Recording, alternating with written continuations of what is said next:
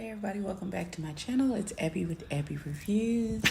Pardon my glow, but y'all know I'm on vacation. So I'm trying to make a concerted effort not to be a lazy, selfish hoe on vacation. So I really wanted to see the Chasing LA reunion. So that's what we're going to do. This is going to be my review and recap for Chasing LA Season 1, the reunion.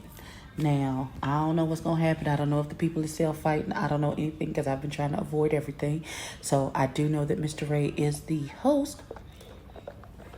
So we're going to jump into the Foolala and see what happens, shall we? Yes, let's. So I was correct. Mr. Ray is the host. Everyone looks nice. I think red, black, and white may have been the theme. The only person who doesn't seem to care or match the theme is Fran. Fran is very Kardashian nude dressed. Face is beat for Jesus. And I will give you that love. That face, the mug is right. The mug is absolutely right. I'm not sure if I particularly care for this big poofy shoulder moment that you got going on, but it goes with your aesthetic, so nobody looks wrong that I've seen. Nobody looks like, oh, daughter, you didn't get the memo. So, that's where we're going. We started with Jeremy. He says he ain't got no art with nobody. He just want everybody to be able to communicate what they felt like they couldn't. We're going to pause 30 seconds later. So Mr. Ray goes, once Jeremy makes this very mature statement, lovely, they go to Jayla. And he was like, hey, Miss Jayla, so you're the breakout star of the season. She's like, that's what they say. Who said that? Who said that? Who? Ignore Loretta giggling in the background at me. But who said that?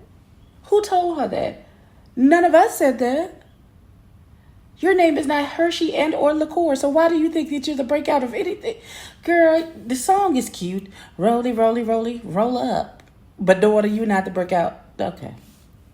We barely liked. Okay. All right. And pause. Shout out to Stacey Adams. Pause. I like Quan the Poet. I really do. But this tight ass white church Easter suit that he has on is not the answer.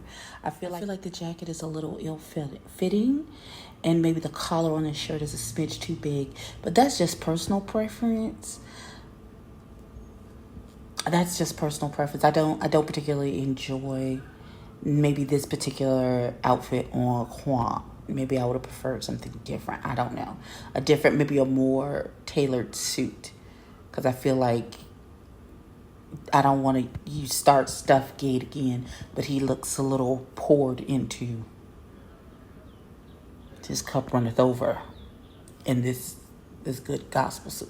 Bless God. Okay, we just gonna keep going. Hold on. How you doing, friend? Before we get to Deacon Ian in this sequined suit that he got on, I want to know where Andre got that mink pelt that he had. That's like a small rug that he has thrown over his shoulder.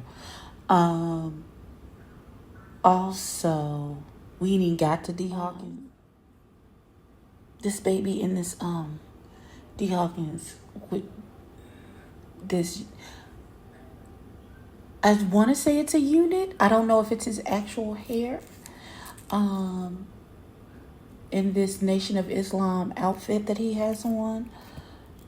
I swear he's gonna serve somebody a bean pie at any second, and be like, it's like a really dressed up Muslim situation. That's what that's the feeling, the zhuzh that it's giving me. I don't know if that's what he was going for. I'm sure maybe there'll be a historical reference behind that jacket and the outfit and the things that are happening there. But yeah, okay, daughter. I'm coming back off my initial statement that nobody is dressed so offensively. Like, I'm like, oh, dear God, bitch, what the fuck was you thinking? But, okay. Deacon Ian from the Church of Fly King Eye Baptist Battle Rap by the roadside.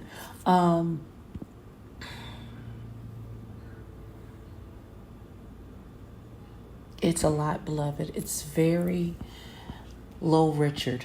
It's what it's giving me with the lacing down the front and the sequin jacket. It's giving me very woo. That's what it's giving me. So I don't. But okay. If you like it, I love it. Pause. Okay. Pause. So Mr. Ray talks to D Hawkins. First of all, let me stop and say, Hershey LaCour in this white dress is absolutely gorgeous. Self-proclaimed queen of kitten wigs. Yes, ma'am. I love the gold detailing right here at the top. The necklace is chef's kiss. So Mr. Ray was talking about all the looks that D Hawkins served this season. Talk about at one point he was a Black Panther. He was an auntie or a cousin. I don't. And he's like, some people might have said it was crusted and dusted. Mr. Ray said, oh, it was the lighting.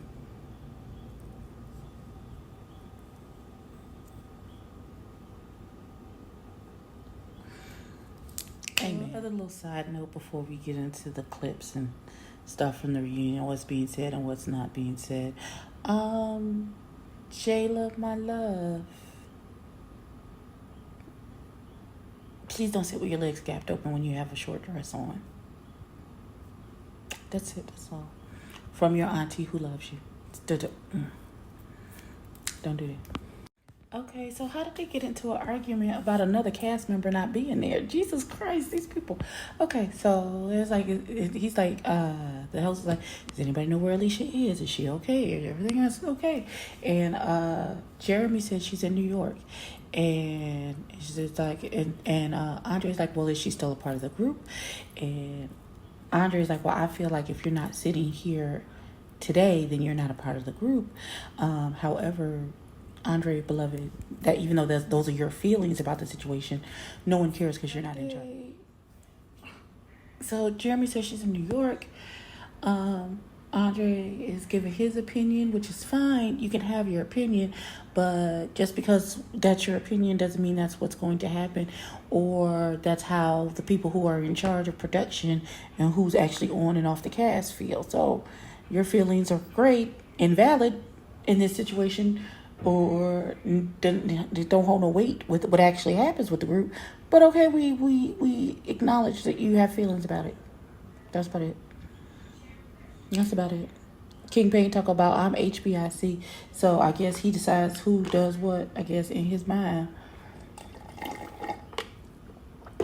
And they're just saying, we love you, Alicia, and we hope you're okay. I guess that's how we ending it. But Andre still has his loud opinion about what it is and what it's going to be. So there's that. Shade seems to be flying fast and furious on this show.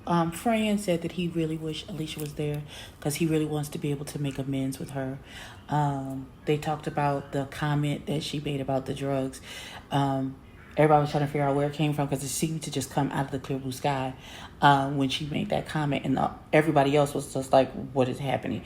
And she blocked everyone, and then she unblocked few people. And so it's really up and down. But as long as she's mentally healthy and happy, we find if she comes back, great. If she decides that it's not worth her mental health, then so be it. Yeah, that's where we are. People have a lot to say. The girls are fighting. The girls are fighting. And again, it's over pronouns and lived experience and who people think they are and who they perceive themselves to be and other people's perception of how they present themselves. And for me, it just comes down to being respectful. Whatever your pronouns are, whether you have specific pronouns or you don't have any pronouns and you don't care, just let it be known and so people can respect whatever it is that you got going on. Point blank, period, the end. It doesn't have to be all of the... I can't stand her. It doesn't have to be... People make it complicated. It doesn't have to be that way. If you say you're a trans woman, then you're a trans woman. If you say that you're an apple tree, you be the best apple tree you can be, and I will call you Johnny Appleseed. Like, I don't know. People who they think they are and how they, meaning their perception of themselves. But Yeah, it's a lot. It's a lot. And I thought, and I just, the only observation, listen, I have ADHD. Sometimes I get focused on one thing. My OCD, ADHD gets focused on one thing and I can't see anything else. All I saw was Hershey legs was crossed. I saw Deacon Ian's legs was crossed. Fran's legs was crossed. You know who legs wasn't crossed? Not even at the ankles? Jayla. Cross your legs, boo. I don't want to see up your dress. What, daughter? What you doing? I'm not gonna remark on it again. It just took me out. That's all I could focus on was baby girl sitting there with her legs wide open arguing with people. It just, girl, don't, no. So Jayla and seems like D Hawkins get into a little kerfuffle about, they're all arguing over Alicia who's not there, about what she said. Frank gets into it, the conversation. Again, we rehash like how you present and your pronouns and announcing your pronouns. If you want to be respected by your pronouns, immediately announcing your pronouns as soon as you meet someone versus waiting for somebody to call you the wrong pronoun, getting offended, and then correcting them. So they continue to argue. Then D Hawkins, we found out D Hawkins was messy. They talked to Fly King Eye, and he had a lot to say about people he had never met, just based off of one conversation that he had with Fran and Andre. And so with D Hawkins and Fly King Eye were there for the commercial, D Hawkins recorded Ian at his commercial with D Hawkins. D Hawkins was apparently recording, and D Hawkins went down the line of every cast member and gave some like little shady comments and stuff. And then D Hawkins, being messy, came back and brought it to the rest of the group. And so, you know, I think they were more, it seemed like the way I interpreted, they were more upset with D Hawkins for being messy than they was upset with Deacon Ian as well, who had so much to say about people he did not know. But you then in turn got heated when Alicia said, "Oh, you're nicer than I thought you were going to be," from what I've heard.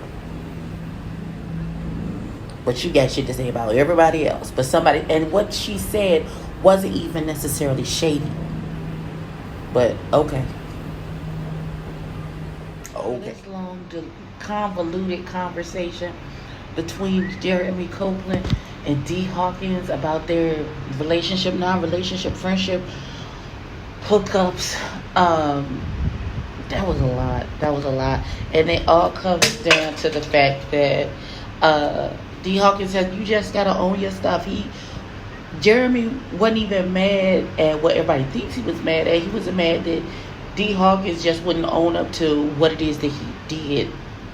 So, child, at the end, it was getting heated because D Hawkins was being held accountable for his shenanigans and things. And King Payne out the blue somebody made a statement, and King Payne was out the blue, was like, period. He was like, you mind your business, da da da da da. And he was like, well, you own your shit. Own your shit. Own your shit. This whole thing has been a bit much. Luckily, I'm on vacation and I'm in the ultimate fuck this mode. So, you know, I'm not stressed by any of what's happening on this screen. But this is a lot. It's been a good reunion up to so far. You know, nobody has jumped up out of their chair acting crazy. I feel like if there's a part 2, then that may be something that happens. But everybody seems to be on a mature kick where everybody is speaking to and trying to resolve issues and not just there to argue, fuss, and fight, which I really appreciate. Of course, I know production has heard this, so just work on the sound. At one point, there was a ticking noise during the video. I had to stop the video because I thought it was my iPad. I thought something was wrong with my iPad, child. I was about to get upset, and it was like, oh no, it's just the video. So, yeah, if they just, you know, production just clean up a couple of editing into the episode, and like I was saying, yeah, just a couple of editing things with the sound, you know, and then y'all were pretty much good. The set was cute. Everybody was dressed appropriately. Jayla, please close your legs. That's it. As a big girl who can't cross her legs at the knee,